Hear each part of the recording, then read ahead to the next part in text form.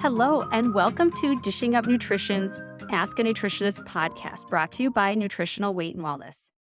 My name is Leah Kleinschrote. I'm a registered and licensed dietitian, and we're thrilled to be celebrating 20 years of Dishing Up Nutrition, discussing the connection between what you eat and how you feel, while sharing practical, real-life solutions for healthier living through balanced nutrition. So we wanted to just thank you for your support and listenership over the years. Let's get started with today's show.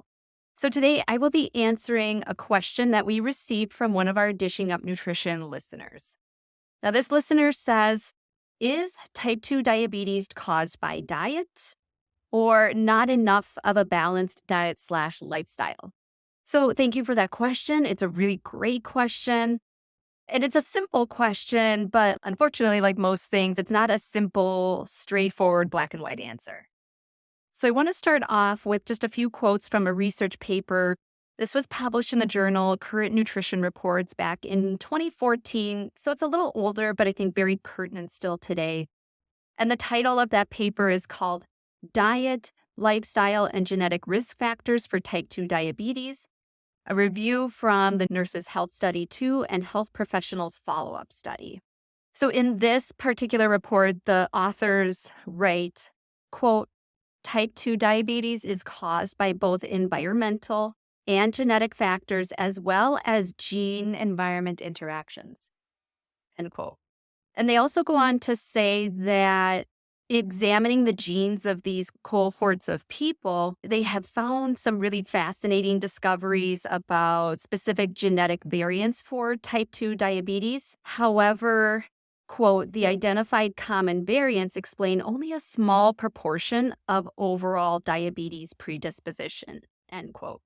So I thought those couple of quotes summed it up really well. And there's a lot more to that paper if people are interested in reading that. But if we just try to interpret some of that language that they used here, we can kind of drill down and say that some people's genetic blueprints may predispose them to be at that higher risk of developing type 2 diabetes. However, just because we've been handed a blueprint, that doesn't mean that's exactly how we have to build our house. So if you've ever maybe built a house before or moved into a new home, if you were building a house where you were given this blueprint that showed that you were missing 3 windows in your house, it wouldn't be the ideal situation to just accept those missing windows and try to make do, especially here where it gets pretty cold during the winters. And you certainly wouldn't want to make the situation worse by watering your garden and then spraying water through that hose into those missing windows and just, again, making the whole situation worse. You'd probably want to do some research, choose the highest quality windows that you could, and then either install them yourself or hire somebody to do that. So we can apply that same line of thinking to our health blueprints. We may have been handed a less than ideal blueprint. Maybe we had some missing bits and pieces here and there, but we humans are very smart and very capable and very resourceful. So we have the ability to modify and fine-tune our blueprints so our bodies actually work in the best way possible and we can live full and healthy lives. So if we break this down even a little bit more, I'm going to go into like what exactly is type 2 diabetes. I'm not going to do a huge deep dive here, but just lay some groundwork. We know type 2 diabetes is a chronic disease, so it's something that comes on over time. And this is where the cells in the body progressively become more resistant to the signals from insulin.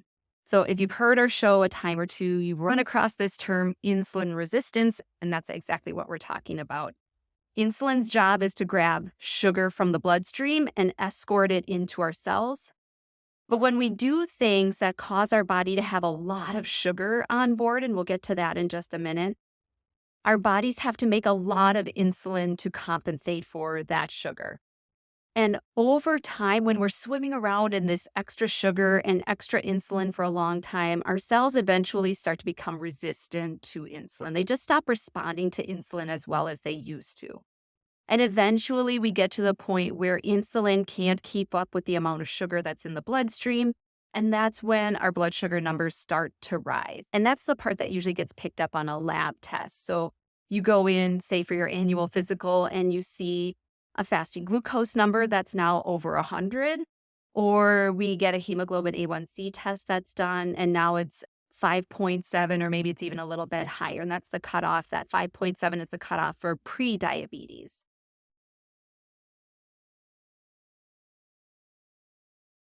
So if we circle back into that question, where does this extra sugar come from that drives that insulin resistance up? So this is, again, where that interplay of our genes and environment start to come into play. So I'd say probably for most people, the main culprit is, what are we choosing to put in our mouths? What are we choosing to feed our bodies? Our food choices are most likely the main culprit for most people that drives up blood sugars and also drives up those insulin levels. For most people who are dealing with that insulin resistance, it's coming from a combination of too many carbohydrates, especially the more processed, ultra processed carbohydrates like your pastas, bread, cereals, crackers, cookies, calories from soda, juice, alcohol, things like that. And then we don't have those carbohydrates balanced with enough protein and healthy fats.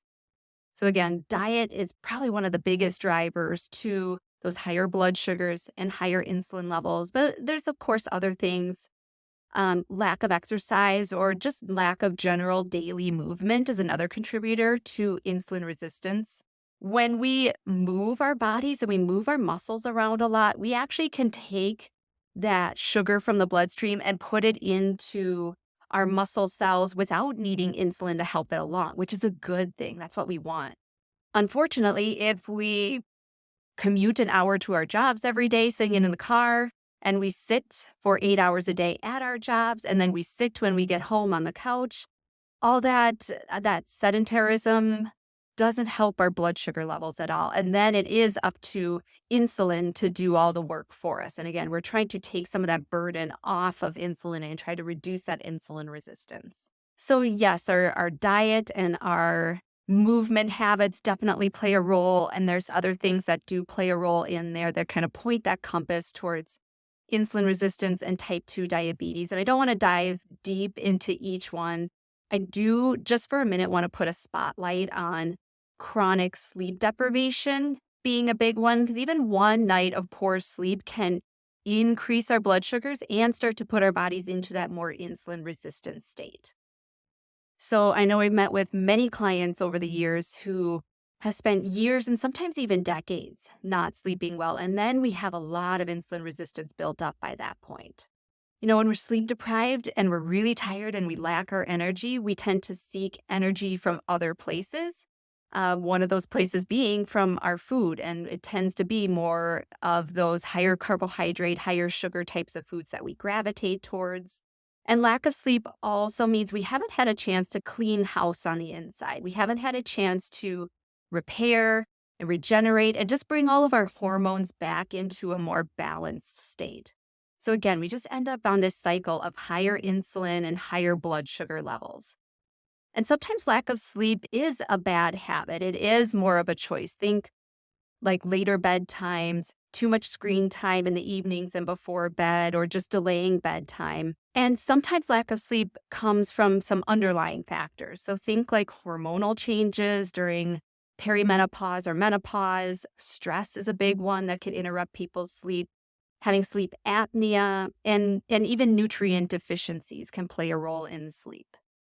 So the long and short here is do what you can to fix your sleep. And we've done many, many shows on Dishing Up Nutrition about sleep, and we help clients day in and day out with their sleep issues. So there is a solution out there. Sometimes we just have to do a little bit of digging. And then lastly, a couple other things, something like an unhealthy gut microbiome can impact blood sugar and insulin resistance. Having chronic high stress and high cortisol levels can drive more insulin resistance. And there's even research correlating exposure to toxins in the environment like BPA or phthalates or even pollution, and having that correlation between more exposure to those things and having a higher risk of having type 2 diabetes. So I think that maybe the short answer to that question is yes, by far and away, our choices and our habits and the things that we do with the tools that we've been given are going to play the biggest role in whether we build up the insulin resistance enough to have type 2 diabetes. The good news is then that if we are in that situation, we actually have the tools and we have the ability to reverse that situation. I think that's the most empowering message of all, is that we have the power to undo some of the things that have been done and even undo some of those genetic predispositions. So thank you so much for listening to Dishing Up Nutrition's Ask a Nutritionist. And if you have a nutrition question you would like us to answer, we invite you to join our Dishing Up Nutrition Facebook community by searching Dishing Up Nutrition on Facebook. And this is a private group, and it's moderated by nutritional weight and wellness nutritionists and nutrition educators, and it provides our listeners with a safe and supportive community to ask questions and to share ideas and to just get inspired. So I hope you have a great day and join us in the community.